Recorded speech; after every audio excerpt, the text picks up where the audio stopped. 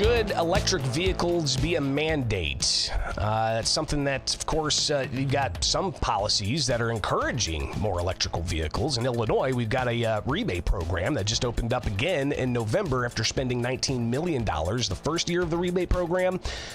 Now they've got, like $12 million, and they're giving out incentives to people to buy an electric vehicle. Governor J.B. Pritzker has the goal of 1 million EVs on Illinois roadways by 2030, I believe it is. But there are also other provisions, especially in federal government, where they've got the EPA wanting to impose standards on electric vehicles.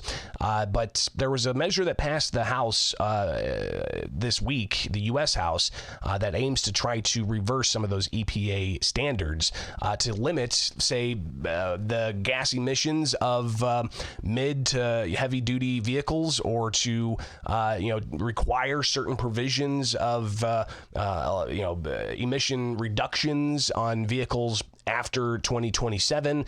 So the EPA has all this set out, but there's concerns about the reliability of electric vehicles, about the range of electric vehicles, especially in rural parts of the country. In Illinois, there's a lot more rural land than, say, Chicago and the suburbs, right? I mean, we've got farmland all over the place. I'm surrounded by huge farmlands in central Illinois. And you've got, the tractors that are needed, the heavy-duty trucks that are needed, the ability to gas up when you travel across the county 5 different times, so you can actually continue work and, providing that economic engine of agriculture.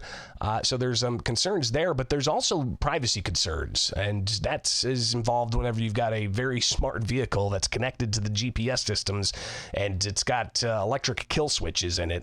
That raises all kinds of privacy concerns for people. And the efforts that some see is that policies are being changed despite the political will of the public in order to try to get them to go along. You've got policy decisions that are being made at the idea of reducing climate change.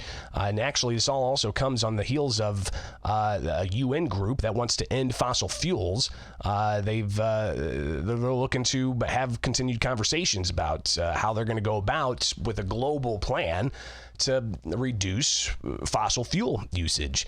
But again, members of Congress in the U.S. House, they voted and approved this week the CARS Act. It's House Resolution 4468. Here's a bit of some of the debate. This is coming from Representative Tim Walberg on X. He posted this video. Let's get that rule is ready. An electric vehicle mandate. Not only does this EV mandate display breathtaking government overreach into the auto industry, but it's also unaffordable, unattainable, and unrealistic for American consumers. EVs are $13,000 more expensive than the average gas-fueled vehicle. Repairs to an EV cost $2,300 more on average, leading to higher insurance costs, over $500 annually. The proposed standards are also unattainable. Our grid cannot handle power overload that's required. Plus, most of the country lacks the charging infrastructure needed for the mandate. We also don't have access to all the critical minerals to produce the vehicles or the capacity to refine those minerals for use in batteries. China controls most critical mineral mines, processing, and manufacturing for EVs. China has 78% of the world's cell manufacturing capacity for EV batteries. Have we already forgotten the disastrous realities of over-reliance on China for our supply chain? I have yet to hear a constituent say to me, we need our supply chains to be more reliant on China. Opponents of the CARS Act argue that EVs are growing in popularity and prices are dropping. If that's the case, why is the mandate necessary? Well, just last week, nearly 4,000 car dealers sent a letter to the administration pleading with them to pump the brakes on the proposed rule, citing lack of demand. Range of EVs is another concern. Currently, one charge couldn't even get me across my district. EVs have almost 80% more issues and are less reliable than other vehicles. Let me be clear. I'm not against EVs. I'm against EV mandates. A single EV battery requires mining of hundreds of thousands of pounds of minerals. Those minerals are then refined using energy from China's coal plants. Ironically, an EV mandate is not a silver bullet to reduce global emissions. Sadly, the biggest loser for this mandate may be the American auto worker, since significantly less labor is required to assemble EVs. The future of those working at engine plants, like the one in my district, are now in peril too. The administration should side with consumers and innovators, not pick winners and losers. EV will play a significant role in the future of the industry, but so should hybrids and other solutions as they become more functional, reliable, and affordable, and chosen by the consumer. So again, that's a congressman talking about the CARS Act and why they think it should have been passed. That's Representative Tim Walberg. You've got others who stood up in support of the CARS Act, making sure that it got across the line. But Democrats, some of them opposing it. Debbie Dingell, a congresswoman, she addressed the CARS Act, saying it's not a good idea. I rise today in strong opposition to H.R. 4468, the Choice in Automobile Retail Sales Act. I love my colleagues on the other side, but it's just disappointing that yet again another Republican messaging bill is coming to the floor intentionally to mislead and harm the American people. Even the United Auto Workers, who my colleagues say they're helping, say this bill seeks to inject American union-made vehicles as a wedge issue in the culture war. I want to remind my colleagues that, all right, some of you are young, some of us are seasoned, that it was years ago when gas prices went up, consumers wanted smaller cars, Japanese car makers were prepared, and our auto industry, domestic, was flat-footed. We weren't ready to build small cars, and we took a beating. And we cannot make that mistake again. We need to be ready to innovate, build these electric vehicles now, and do so in a competitive way. This bill is a blatant attack on the EPA and our ability and how we will and must compete in a global marketplace. It prevents the EPA from finalizing recently proposed new standards for light and medium-duty vehicles, which will save consumers up to $12,000 over the lifetime of their vehicle.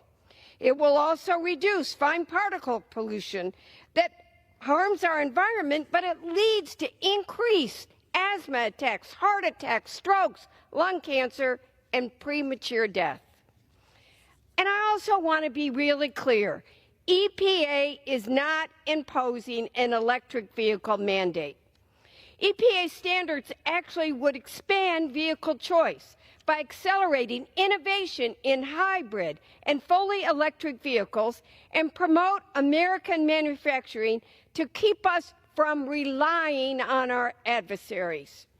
In total, EPA estimates that the net benefits of these standards would exceed $1 trillion. The bill we are debating today will have widespread harmful effects on the future of our auto industry.